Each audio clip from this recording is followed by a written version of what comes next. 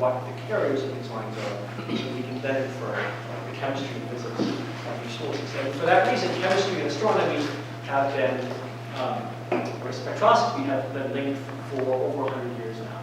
So this is a very rough outline of the talk.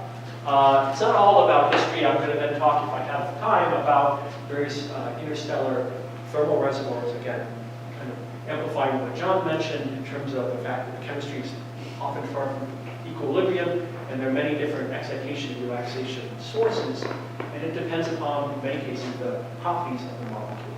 So if you're dealing with it, we'll talk about the diffuse bands and chemistry in general here. So I thought I would start, again, by going back in time. So chemistry has been thought many years ago to be a very provincial topic, in which chemistry, as we know it, ends 10 miles above our atmosphere, the surface of the Earth. And it was thought around the turn of the century, not this century, but the past century, in fact, that space in between us and stars was devoid of all material, right? And to my knowledge, the first indication that this was not rigorously true was in 1904. Johannes Hartmann, who looks very regal here. They don't really wear tuxedos anymore to events, but nevertheless, he was the first one to observe, again, all initial observations were done with optical telescopes. It was visible light that was used. And spectroscopic binaries were a frequent object of study. And what he noticed is, when he's looking at the spectroscopic binary, that is, he says here that the calcium line at about 3934 angstroms did not share the periodic displacements of lines caused by the orbital motion of stars. So a spectroscopic binary is two stars that orbit each other, and because of Doppler effect, if this is orbiting here, as it comes towards us or away from us, there's going to be a shift in the relative velocity of the line. And so something that's associated with the star is going to have this periodic motion as a function of time, and if it is in fact not from the star but in between us, it's going to be constant. So this was the first indication that in fact there wasn't a void, that there was at least some interstellar material, however simple, in this case, calcium atom. About 10 years later, in 1915, Mary Hager actually extended this to show the same was true for sodium atoms. So again, this you may not be able to see here, but this is the periodic displacement of the spectroscopic binary. There are circles which indicate the motion, in this case, of a line of the star. And sodium doesn't share in this periodic displacement, it's constant. All right, so now we know that there are at least two atoms, and subsequently people detected atomic ions. She also, in addition to detecting sodium, in fact, in 1919, using the observatory in California, is the first recorded indication of the diffuse interstellar bands in 1919, right? Where these were determined broad or diffuse because they didn't have any structure, and they were thought to be stationary.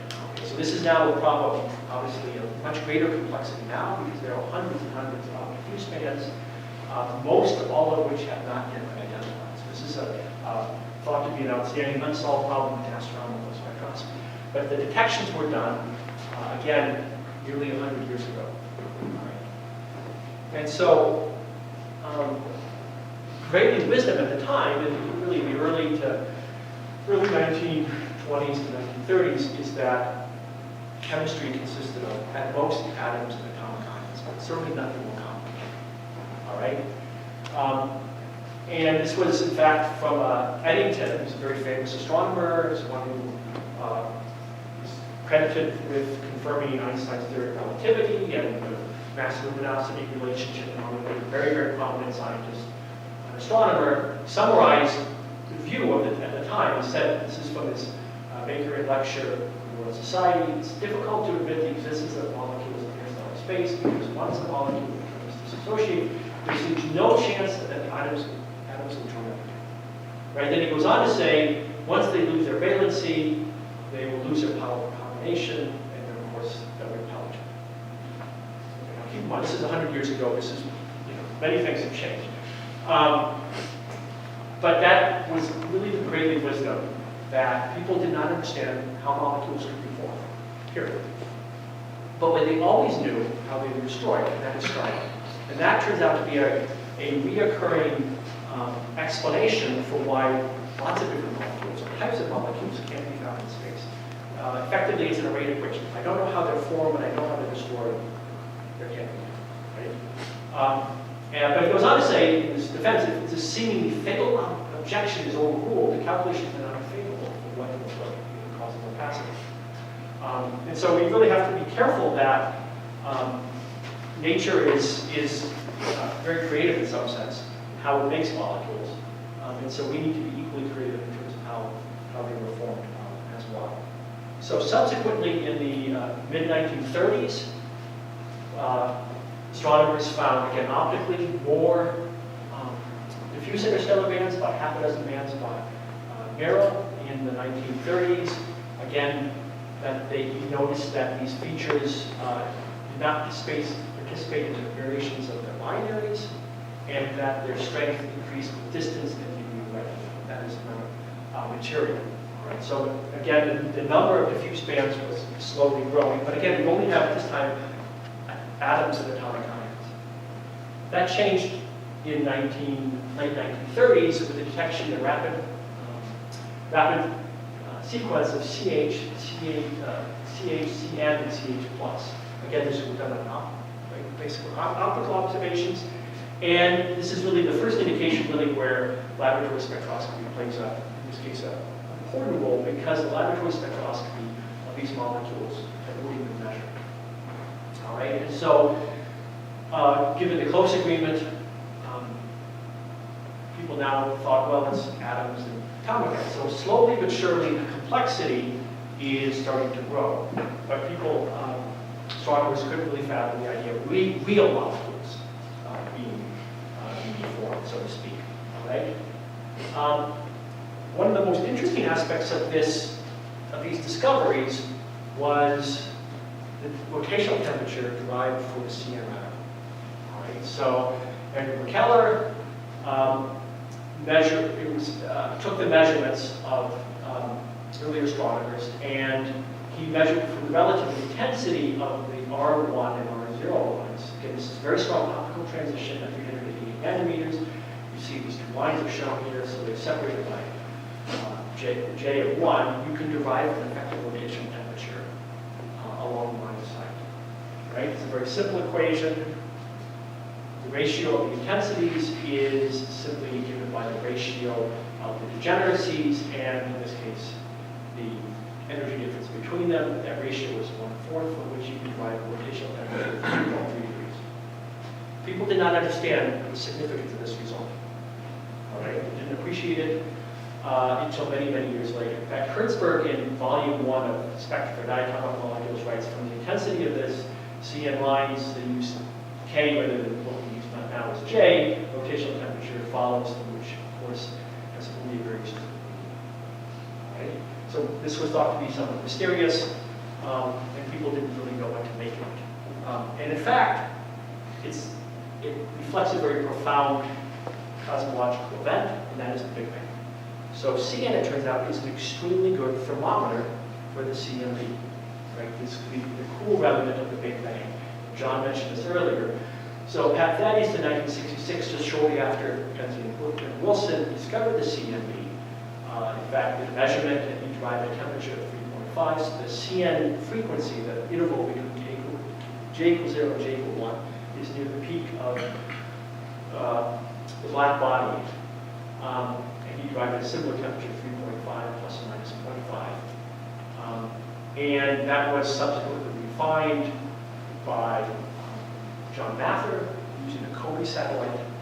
And what we now know is the temperature, John didn't have quite enough digits, it's 2.7255 plus or minus 0.006. It's a perfect black body. So you can see here, this is a black body radiation, and this is in green, and in red is the COBE data. All right, it is a perfect black body for these measurements. And I'll show you why. In the end, why is it such a good thermometer? And that's because of the fact that the CN rotational transitions are coupled, in this case, to the CNV and not to collisions. All right. So that was really one of the first examples where we can do a very simple observation based on laboratory measurements in which we can derive a quantity which has profound significance. So while this was happening, let's talk a little bit about radio astronomy, which didn't exist at the time, right? Most astronomy was done optically, and there was very little radio. The first radio work was by Carl Jansky. You recognize the last name there. And he was given the task of understanding radio interference in long-distance communications. So he built at very low frequency a rotatable and steerable and set of antennas, which are shown here. And he observed at very, very low frequency.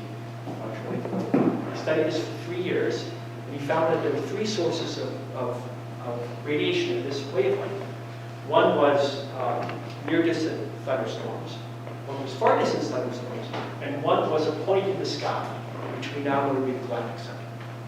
A fairly weak emission. That was subsequently followed by 2 other sets of observations. Hay in 1942 was, again, looked into severe radar jamming of British aircraft in the 4 to 8 meter range for a several-day period, and he ultimately found that this was due to solar activity, right, to radio bursts from the sun. And of course, that now has been used to look at the solar corona and understand the sun in many respects. And that was followed by, in 1955, by Burke and Franken, who built a very large array outside Washington, D.C. And it was a series of telephone poles. So everyone drove up from Tucson or wherever. You see these telephone poles every 100 yards. So they built telephone poles across this giant field. It was about 66 telephone poles, and ran wire across. And they were interested in they were testing it towards the Crab Nebula, and it turned out that they got radio interference almost every day at the same time. When they looked at it closely, it wasn't exactly the same time. It was shifted by 4 minutes a day, which they ultimately concluded was from Jupiter. All right, so this had another example, in this case, planetary science done with this array. One of the most remarkable discoveries was actually by an amateur astronomer called Linewidth in 1937. So he worked, I'm not making this up, he worked at a radio station. And he was very interested in astronomy, he was very interested in the work of Jansky. And so he built in his backyard a 31-foot radio telescope. Okay. Who has the 31-foot telescope in their backyard? Right, so on nights and weekends, he built this. And what's amazing is he was the second person to use a secondary, and the first person ever to use a parabolic dish, which is, of course, almost universally used today in radio astronomy. Right? And what he did is he made the first contour maps of the galactic center. Right? And he showed, actually, in contradiction to prevailing wisdom, the strength of the radio signal was stronger at lower frequency compared to higher frequency, which was, again, for the black body, people thought it should be more intense.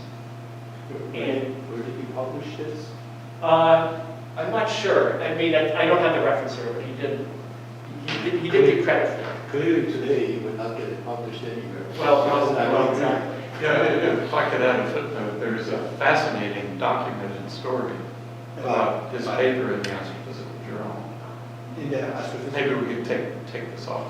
No, But it is a marvelous story because Bart Bach, actually, a famous astronomer, was asked by Subramanian Chandrasekhar, who was the sole editor of APJ at the time. Bart was asked to investigate this, whether it was a crackpot manuscript or not. And Bart Bach went to Wheaton, Illinois. The antenna was actually erected in Reaper's mother's backyard. And when he wasn't observing, when he was working during the day, she would hang her laundry on it. Anyway, it all turned out that it was very carefully refereed.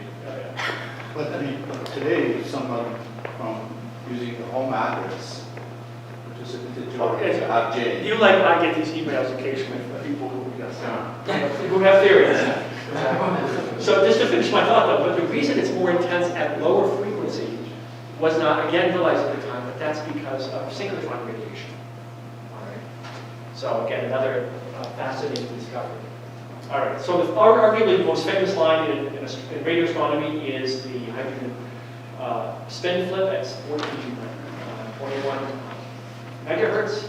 This was done by Owen and Purcell in 1951. This is at the Lyman Laboratory at Harvard, where they literally, for $500, all in, they built this horn antenna they stuck out of a window, and they detected spin flip of atomic hydrogen.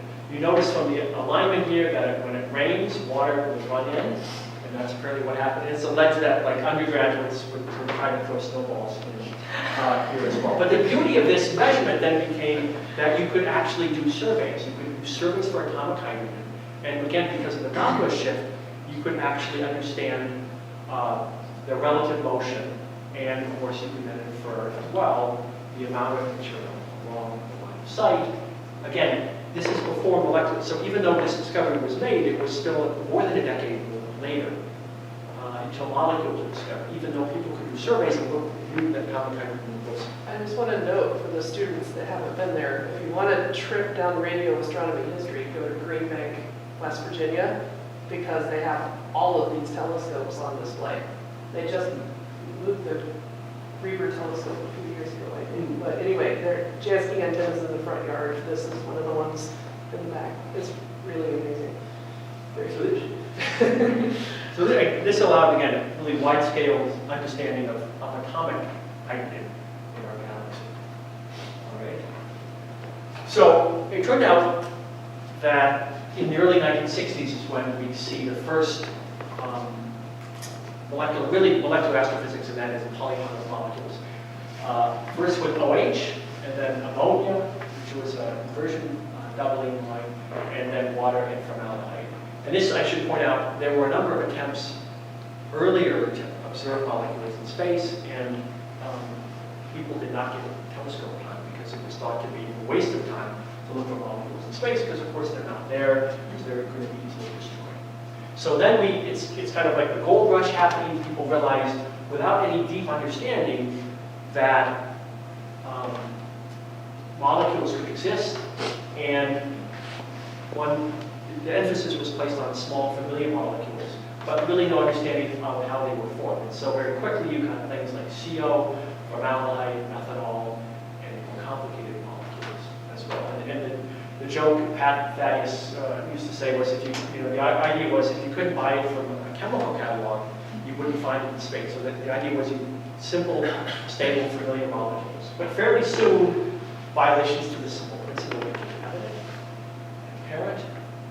And probably the best example is the discovery of HCO+, and really that ushered in the era of ion molecule chemistry. So this is Bill Klempner here.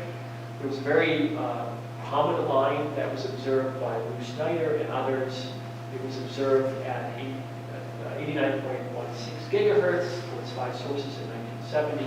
People didn't understand what it was. It was done as excitation by Lou. And various people came up with various suggestions, various species, and it was Bill, in fact, who predicted that this line was HCO+. So the idea being CO was the second most abundant diatomic molecule.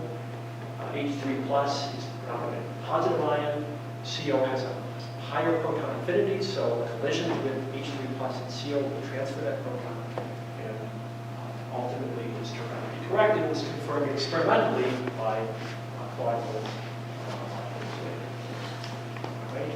So this is a plot. Probably some of you have seen this before in different versions. This is the rate of detections, which have now been very, very steady for the last 40 years or so. All right. I mean, depending on who you talk to and exactly how you count, there's 100 or 200 molecules in space.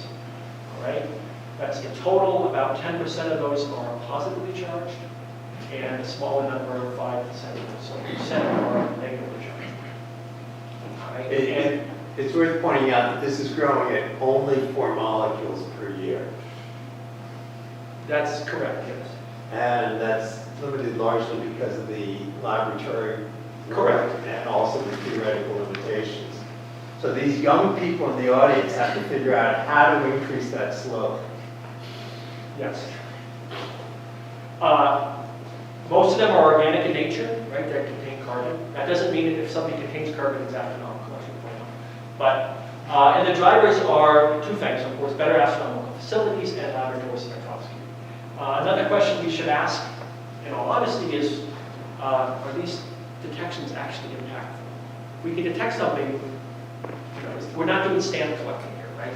So more molecules in space in and of itself is not important. The key is by detecting something new, can we learn something new about the next 2 years before. So if I overlap this to give you an idea of some of the radio telescopes that were important, for that come online and in part kept this radio detection at least so constant. But undoubtedly there are many more molecules that exist in space and can be detected there provided we have very precise laboratory estimates or guidance searches. All right, all radio astronomy, all radio facilities now are wide bandwidth capabilities, right? So the BLA used to be 8 megahertz full width or bandwidth. It's now 8,000 megahertz. The SMA used to have 2 gigahertz of on-sky coverage. In the next 2 years, their on-sky coverage will go 128 gigahertz. So every measurement that's made, whether you like it or not, is a wide spectral band survey. So then the question is, you know, well, what can you decipher that the spectroscopic data that comes from these facilities? All right, so if we just quickly go through here, these are the number, the exact species are not so important, but you see they range from obviously number of diatomic molecules up to now, you know, C60, C70, C60 plus as well. Organic, really essentially after about 4 carbon atoms, everything is carbon containing. If you define organic as at least containing carbon. Again, these are the ions. Exact numbers are not so important. Most of them are small molecules, again, because of laboratory spectroscopy. Is the guide, and we need laboratory precise frequencies. The exception being C60 plus, which is done optically. And these are the positive ones, which are most of the molecules as well. Again, for negative ions, most of them are larger because when you add an electron to a molecule, you have to be able to dissipate this energy. So size doesn't confer stability. And a number of molecules have been detected extraterrestrially. This is from Brett McGuire's review. Here NAPJ. Again, most of them are fairly small species, but there's ions, there's neutrals, a number of ions, in fact, as well. And they go up to fairly modest size species here. All right, so radio telescopes, there's over 100. I didn't show Lucy's telescope here, but that's I'm sure you'll know more about that. But they range from these 100-meter BGT dish in Greenbank, West Virginia. There's in exotic locations. They're up in the Pyrenees. They're in fact on top of a building at the Center for Astrophysics. This is a 1.2-meter telescope, which maps CO in our galaxy, and it's produced I think about close to 25 PhDs have come out of this work. All right, then we have Arecibo as well, which is the largest, but not it's in the ground, so it's not fully sterile. All right, and we have interferometers, right? We have EVLA, we have ALMA, we have NOEMA, and so these really have given us incredible ability now to probe the universe and chemistry in unimaginable ways in some sense, right? We have spectral bandwidth, we have sensitivity, and we have angular resolution. But what we're getting is spectral line surveys, which have hundreds, if not thousands and thousands of lines. We need to understand the identity of these characters. What are the characters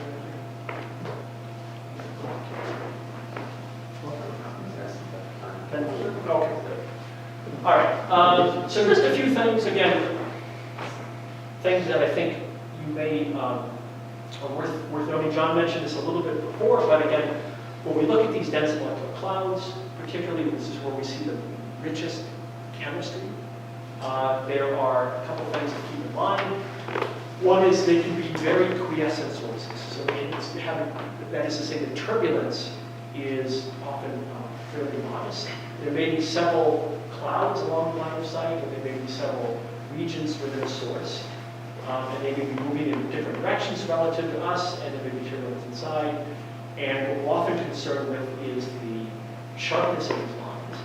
And we can relate the sharpness of the lines to, it's a very common in radio astronomy to use things in terms of an equivalent radio velocity that is relative to the speed of light. And so these things are typically, let's say, a kilometer per second. Speed of light is 3 times 10 to the 5th kilometers per second. So typically these lines are very, very sharp. They're of order 10 to the minus 5 or 10 to the minus 6. So that means the laboratory spectroscopy has to be at least that good, if not better. All right. So molecular features are, by nature, often very, very sharp. They don't necessarily have to be, depending on the source. They could be something broader. But that allows us to do fundamentally allows us to make unambiguous laboratory or assignments all we have all the. All right. So this is an example of what I mean by that.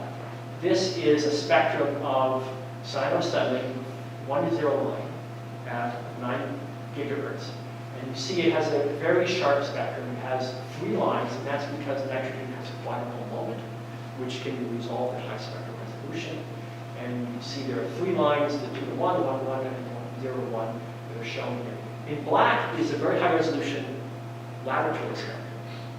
In red is actually the astronomical spectrum, which is much sharper than this broadband technique. I won't go into the details at the moment, but this is a very high resolution laboratory measurement.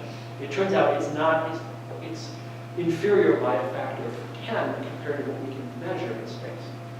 All right, so actually to be absolutely certain that this line in this case is HC3, and we have to do a higher resolution laboratory measurement, where now we have an instrumental effect, which is the Doppler doubling, which is in blue, but the rest frequency is the average of these two. So the rest frequency, the line widths that we can measure in laboratory are narrower than this quiescent source HC1, and allow us to make a very unambiguous assessment. In this case, it's HC3. All right, so we have to have we can't, close isn't good enough, right? We have to have absolutely, we need to ideally measure the rest frequency of the line to an order of magnitude, ideally better than the coldest, sharpest source you can measure in space. And that's what things, and we'll get into it later, but things like centrifugal distortion become important because that can be manipulated.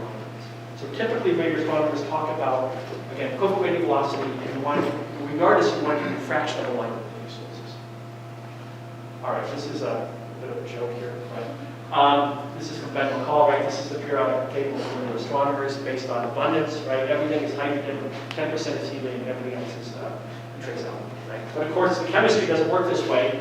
Carbon is unique in the periodic table. It can form large complicated structures, obviously.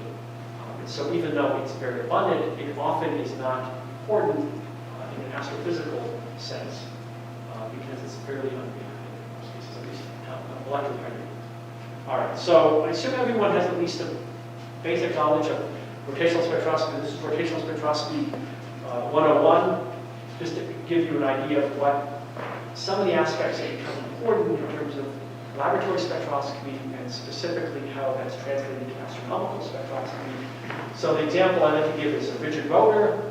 Obviously this is a quantized system in which we can relate the energy levels, which are shown here, to a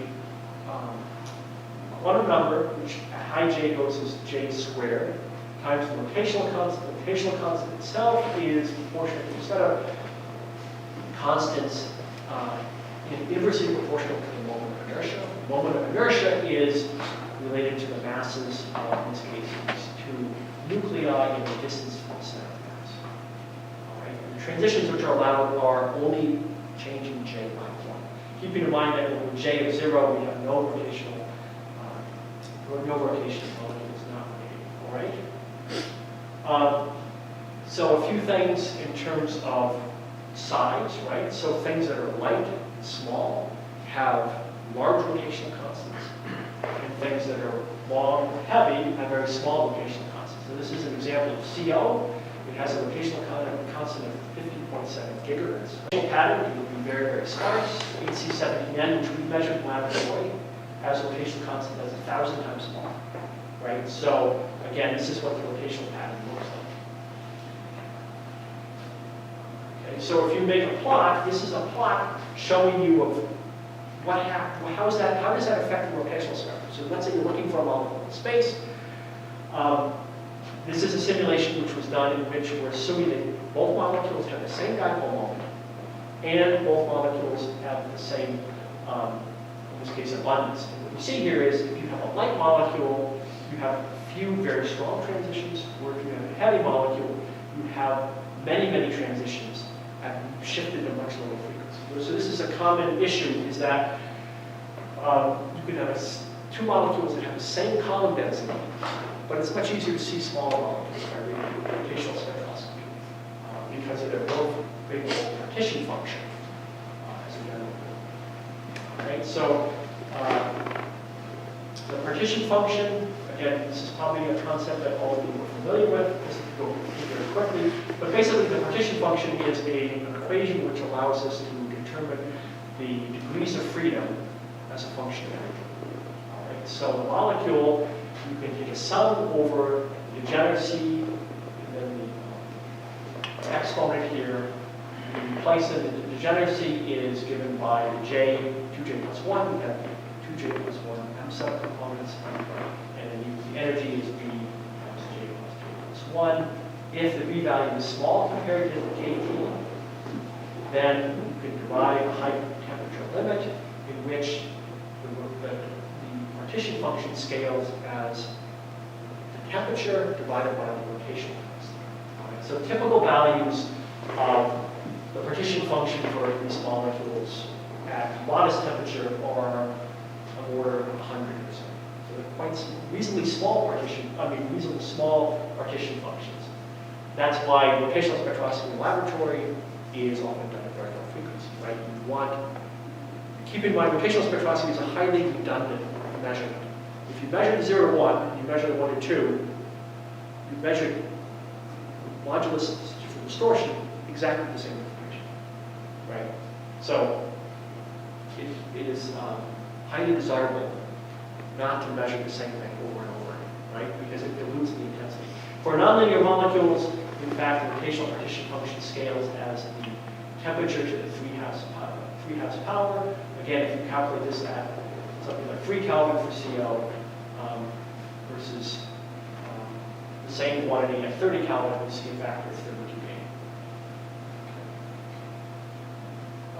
Molecular line strengths. Molecular line strengths are very important in space and obviously in the laboratory as well. So we can write the emission intensity or molecular feature as a set of constants times the Einstein gain coefficient.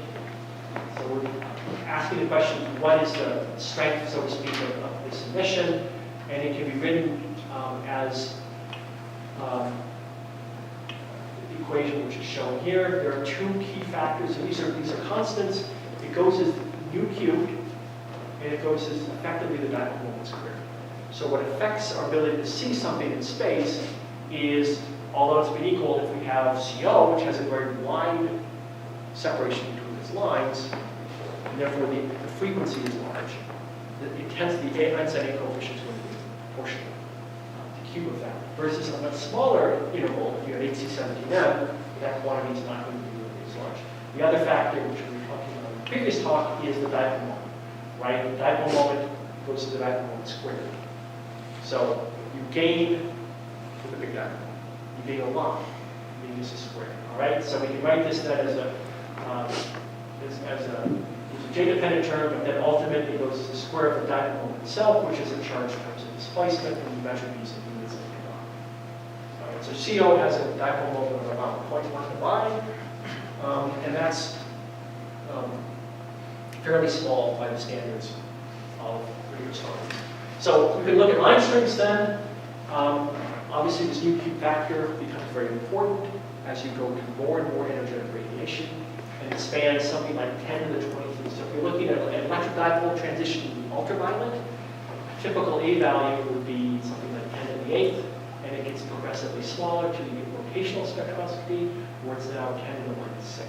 So the inverse of this is effectively the time it takes for the relaxation to occur. So we can also look at forbidden transitions here, optical, magnetic dipole, electric dipole, and even smaller. So what that means is, if you want to look for something in space, in theory, we should always be looking optically for something, right? The transition dipole moments always favor something in the visible or the optical or the infrared relative to the real. Right? So the classic example is under the right conditions, these molecules should always be optically bright. So CN was detected optically in 1937. Its radio spectrum was not detected until 1970. But of course, there are many reasons why rigorously that's not true, right? Because many of these things, you have to have a source of radiation which will excite the molecules, among other things. And there can be other factors that can adversely affect the ease of detection optically.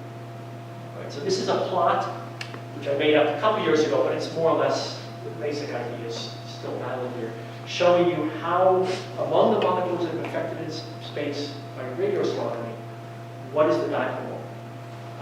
In fact, most molecules have a modest dipole moment of 1 to 2 that have been found. All right. I think the smallest dipole moment is N2O, which is somewhat smaller than CO. But most things are not, there are a few divided. There are these negative ions which have calculated dipole moments which are huge, about 12 up to 12 or 13 divided. So again, it goes to the dipole moment squared. So you're talking 10 to the 4th difference just from the dipole moment for these species. And it's certainly why it aids greatly in their detection in space. All right, so we talked a little bit about excitation and de-excitation here. So molecules are excited in clouds by collisions with hydrogen. Obviously, hydrogen is something like 4 orders of magnitude more abundant than CO. So let's imagine CO is in a molecular cloud. It's going to be colliding here with hydrogen. Unlike the selection rules for emission or absorption, which have to be delta J plus or minus 1, there are generally no rigorous selection rules for collisions. So you can have collisions which will bump a molecule up from J equals 0 to J equals 1, J equals 2, J equals 3. Okay? But we have to have de-excitation that occurs by radiation. Right? So there's a few simple rules we can calculations which we can do, which can be useful sometimes. So one question you might ask is, molecules that are excited above J equals 0, ambient radiation or collisions, ultimately you can write this as the minimum amount of energy to excite a molecule in a certain state is the rotational energy divided by K, the diagram of the linear. You can fairly quickly show that this is, as given here, the minimum temperature needed is the scale of frequency times constant. So if you take something like CO and you wanted to excite a 3 to 2 transition at 345 gigahertz, you would need an energy of about 25 Kelvin. If you want to excite the same transition of SIS, which is a heavier variant, you would need only about, that's a lower frequency, you only need about 3.9 degrees of energy. All right, so the idea here is that the minimum energy is much greater than the CMB, than the excitation is not important. Why do we care about all this? We care about all this, as John was mentioned earlier, is because we're in this regime where molecules, once they're formed, are coupled to quite different sources of energy. All right? You can't see it here, but there's actually lines which show the rotational levels. All right? So we have the CMB, which is down here, right, which is coupling molecules, in this case through dipole moment. We have collisions with hydrogen, which are coupling energy and that's coupled ultimately by the density, right? There are some molecules which, of course, can't radiate, like C3 in particular, or CO, which is very, very weakly polar, right? And this has a kinetic temperature much 30 times higher, roughly. It's 100 Kelvin versus 3 Kelvin. And then we have starlight with the right conditions, which is now at 7,000 degrees. And that's coupling to molecules via the dipole. So depending on where the molecule is it polar or not polar? What's its F value? If it has an optical transition, and what's its dipole? A lot ultimately determines how we can understand its temperature in these molecular clouds. There's something called critical density, which is also somewhat useful quantity to know about. So this is really a comparison between the emission rate and the average time between collisions. So the question you're asking is, if I excite a molecule from J equals 0 to J equals 1, what's the likelihood that it will radiate before it collides again? All right.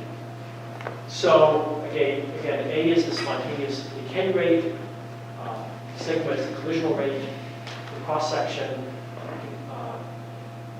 the mean velocity is a kilometer per second or something like that. So the idea is when the critical density is much lower than the actual density, then the molecule approaches local LTE, local thermal equilibrium, and its temperature is really given by collisions with the cloud. So for example, if you calculate the critical density for CO, this is the Einstein A coefficient. The critical density is about 700 molecules per cubic centimeter, and that's why normal CO is well coupled to H2, and therefore a good thermometer of the thermal temperature of the gas, because in most regions the H2 density is higher.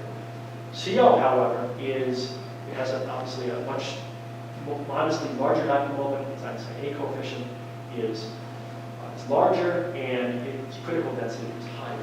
So that's why in the diffuse gas, it's a really good thermometer, because what's happening here is that the density is lower than the critical density. That is to say that it's more likely in the diffuse gas that CN is going to relax before it collides again. So it's actually well coupled, in this case, to the CN rate. All right, molecular clouds. So one of the really main discoveries that were made, and CO is crucially important in this, is that we now know there are giant molecular clouds, which are regions where we know the main sites of star formation. Most of the interstellar gas and most of all the chemical matter in the universe reside in these molecular clouds. Many complex molecules have been discovered in these denser cores, and these are well-defined tracers of cloud structure. All right, so this is an example showing you artist rendition, so you don't have a picture of us from the top. But the Milky Way, right? We're sitting here. This is the sun. This is the center disk. So this is the center the nuclear bulge here, and shows. So we're looking along the line of sight through these spiral arms here. Okay, so this is what the 21 centimeter line looks like, right? We're sitting here. This is zero radial velocity, and depending on where you're looking, you may be looking at clouds that are coming towards you or clouds that are going away. And that's what's indicated here. So you can see, for example, things are coming towards you. So things to the right of the line are coming towards us, and things to the left are going away. Right? So we can use this information. The beauty of atomic, the 21 centimeter line is it traces diffuse gas. CO allows us to trace denser gas. You may be able to see it tonight, not the spectrum, but the Milky Way. You'll have to help me orient myself in the sky. The sky is up. Well, the sky is up. In your universe, maybe. Speak for yourself, buddy. So, anyhow, we can use CO as a tracer for denser material with a black structure. It's fairly straightforward. I've already mentioned many of the points. Some people like to use proxy. I'm not use the word proxy, but nevertheless, it's a tracer. And it's well coupled with the hydrogen gas. We can't see H2. So this is just an example showing you, if you blow up a portion of the sky, this is an optical image, right? So if it's darker, is where we have these molecular clouds, and that's the CO, right? So CO is really tracing, in the radio band, what we can observe optically, right? In terms of the absence of light from these sources. All right, so I have maybe 5 minutes more-ish. I know I'm the only thing standing between you and lunch. Don't start at the Oh, we're not at 12:30? So let's talk about the diffuse bands, right? So diffuse bands discovered 100 years ago. What we now know is that there are many of them, right? In time, the number has increased. This is not a log plot, but it's pretty close to it, right? So the number is like 300. It doesn't make any difference. It turns out a significant fraction, let's say 80% of all the diffuse band's intensity is in a dozen lines, a dozen features. So the fact that we have 351 or 352 doesn't really make any difference per se, because if we can crack the problem with these 12 or so diffuse bands, we probably can figure out what everything else is. Why do we care about the diffuse bands? We care about the diffuse bands, again, because this is material between us and a distant star, and it accounts for a significant, what we believe to be a significant fraction of all chemically bonded matter in nature. And you can see here, this is a plot of interstellar extinction curve, and these lines are where light is being effectively absorbed by these diffuse features. So there's a significant change in the absorption as you pass, as you move through the visible spectrum, right? So rise from this is the broad interstellar extinction, featureless profiles because of gas and dust along the line of sight. So these sharper features are these diffuse bands. I won't go into this too much, but you can calculate based on the equivalent widths and other arguments that they in fact let's skip this other than saying you can derive column densities in diffuse gas for a variety of small molecules, and DIVs are a significant amount comparable intensity of material to these very small molecules. All right, but we don't know how many atoms, for example, they have in carbon. I've already mentioned this, something like 10% of the carbon may be locked in these carriers. They've been around for 100 years. They're generally thought to be, not universally, but gas phase carriers, probably organic molecules. And the real problem is we don't need more observations per se. What we really need is laboratory measurements to identify these carriers. Okay? Now we get into crazy land a little bit here. So a lot of people have put, it's been 100 years, a lot of ideas have been put forth. People have claimed it could be for all sorts of very small, simple molecules, like lines, H2, smaller polyatomics. C60 is derivatives, which, as I think most of you know, turn out to be right. Generally pHs. There's been even claims of specific large molecules. This, so, killer bacteria in space. I can't make this up, right? And why nature would put all,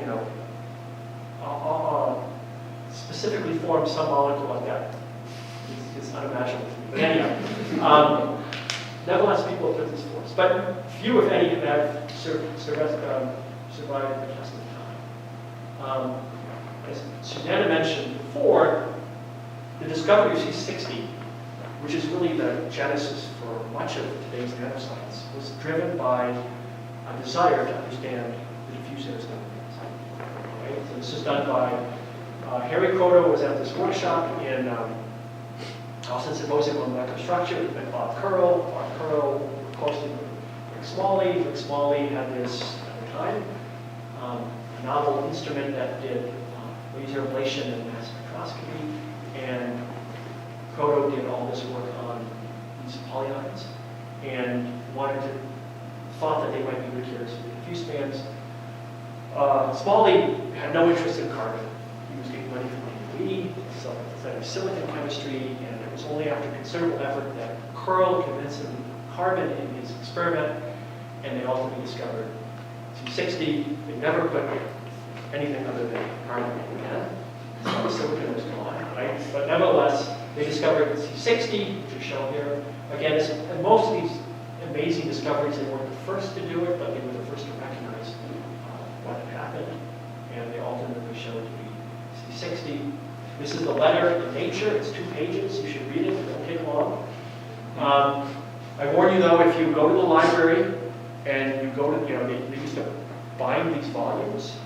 And does anyone go to the library under the age of 40? Anyhow, I went there years ago, went to the Harvard Chemistry Library, and there was a bound volume of Nature in 1986. I whip it open, I flipped it on its side, and there's a part of the journal that's ripped and tattered and torn. I'm like, it's not C60. I open it up, it's not C60 at all. It's the genetic sequence of the fruit fly, which in biology is really, really big. Anyhow, I flipped over to C60, and it literally, as if it had never been open. But anyhow, so they talk about their interest in the diffuse bands. I like this figure caption: football in the United States, a soccer ball on Texas grass. And it's just a phenomenal discovery. And again, driven by laboratory astrophysics, a desire to understand the carriers and diffusion bands. All right. Bill Klemper, some of you may know. This is what he wrote to John Meyer. John Meyer has written a few papers on the diffuse interstellar bands and laboratories. I'll read it for you. Lots of reasons. Dear John, thanks very much for sending your letter. As to carry the diffuse interstellar bands, let me assure you that there is no better way to lose a scientific reputation than to speculate on the carriers of the diffuse band. Right? Yeah, if you understood Bill, this was classic Bill. Right? He also told me the answer. We're going to go down the flames. Anyhow, so this is John. It's kind of tongue-in-cheek, but he's certainly a tremendous scientist. He's written a couple papers. This was on the C7 minus and related negative ions. And he comments in his paper in 1999 that the peaks are striking matches for the diffuse interstellar bands, et cetera, et cetera. And this looked for a while to be actually quite promising. However, about a few years later, there was lots of good papers, and he said, on the whole, we find no evidence to support the hypothesis that C7 minus is carried diffuse bands. But nevertheless, John got the ultimate revenge, and ultimately detected C60 plus in the gas phase using a very elegant experiment. These are the bands that he measured. In red are the diffuse bands. These are not particularly strong diffuse bands, but they are diffuse bands. And this is, I think, a really important development in the field. We have now for the first time a definitive detection of at least a few of the diffuse bands in C60 plus. Then the question becomes, what are the other diffuse bands ultimately here? That's very much an open question and a fascinating one. And in addition to this, there's been other astronomical observations that have confirmed these weaker features are also diffuse bands. So I think So the weaker features are C60 plus? there are weaker C60 plus features which have now been, So what are shown here are these are the strong ones. Yeah. But these other ones at other wavelengths was subsequently looked for with JW, not sorry, Hubble and confirmed in diffuse bands. So everything is self-consistent. Diffuse one, not C60 plus. No. These other features which were found in the laboratory, if it's correct, should also be in space. And they, on the basis of the laboratory measurements, then did optical observations with Hubble telescope and confirmed the existence of these other features that are also C60 plus. It's my understanding that these divs are largely uncorrelated with one another. Correct. And so just because C60 plus has been identified in the spectra, that doesn't mean any of the other lines that are out there are due to C60 plus. They're probably due to other totally different species. Indeed, yes. But So there's lots of work for the younger generation. But one is better than none, right? Yeah, No, I think that's the next shoe to drop is now that you have C60 plus, is that indicative of what the other diffuse bands is, or is it just a random collection of them? I don't know. But it's, I think, a very important advance in this problem. What about beyond these work with the major isolation spectra of C60 and C70 and matches diffuse and retinal bands as well? They're not as solid of a detection as this because there's the major shift. But Yes, I think they're... they could be. I mean, of course, the C60 plus was measured in the matrix before. Yeah. And Aaron Foy and other people pointed out that look for these bands Yeah. and show that there were bands about the right spot. Right. Again, but because of the matrix shift, no definitive Right. indication was Yeah. But it looks like C60 and C70 are also there. So then the question, like I said, what is 4430? Right? That's a third of all the diffuse band intensities in that one feature. All right, so I don't have anything else for now, but tomorrow and the next two talks will be more talking about rotational spectroscopy and more the nuance about how one does rotational spectroscopy and the challenges and those things. So I'd be happy to answer any questions. Thank you. Yes? Do the molecules need to be charged in order to be detected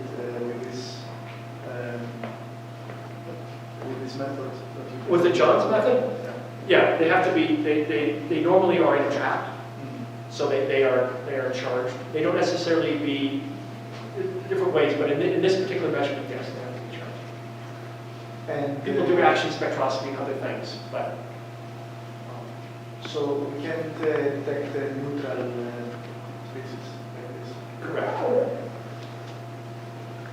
I mean, you can, yeah,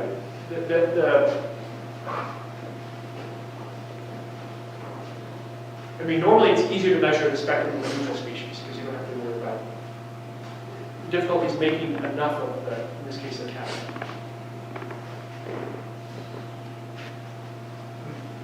So I think you might have mentioned it briefly, but I'm curious as to why the number of anions is so much lower than the cations. Is it laboratory work, or is it by nature of the I think it's mostly laboratory work, frankly. So the ones that were found all have very high electron affinities. In the laboratory, it's just very difficult to make enough of these negative ions. It's easier to, again, the history of molecular astrophysics is small molecules eventually building into large molecules.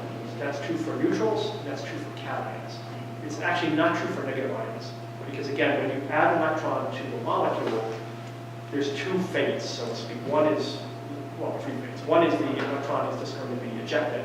The other is that the energy that is released will disassociate the molecule. And the third is that it will ultimately radiate. So for it to radiate, it has to be big enough.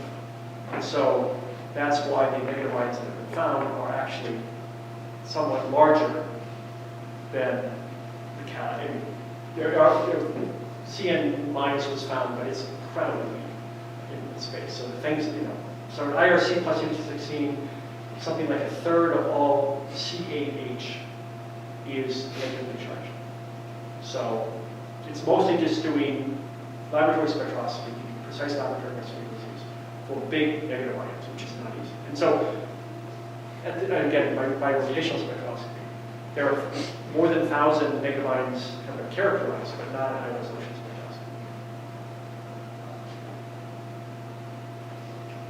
Yeah, a little footnote to my question. When you mentioned the smallest dipole moments, Yes. For detected interstellar molecules, I think you could add HD Yes. and take it down to Well, 10 times squared bar. But extremely important. Yeah. Yes. The more serious question. In looking at the chart of rate of Yeah. discovery of interstellar molecules, with the existing limits, the actual basic sensitivity is so good. Yeah. With Allen, for example, the millimeter in some wavelengths,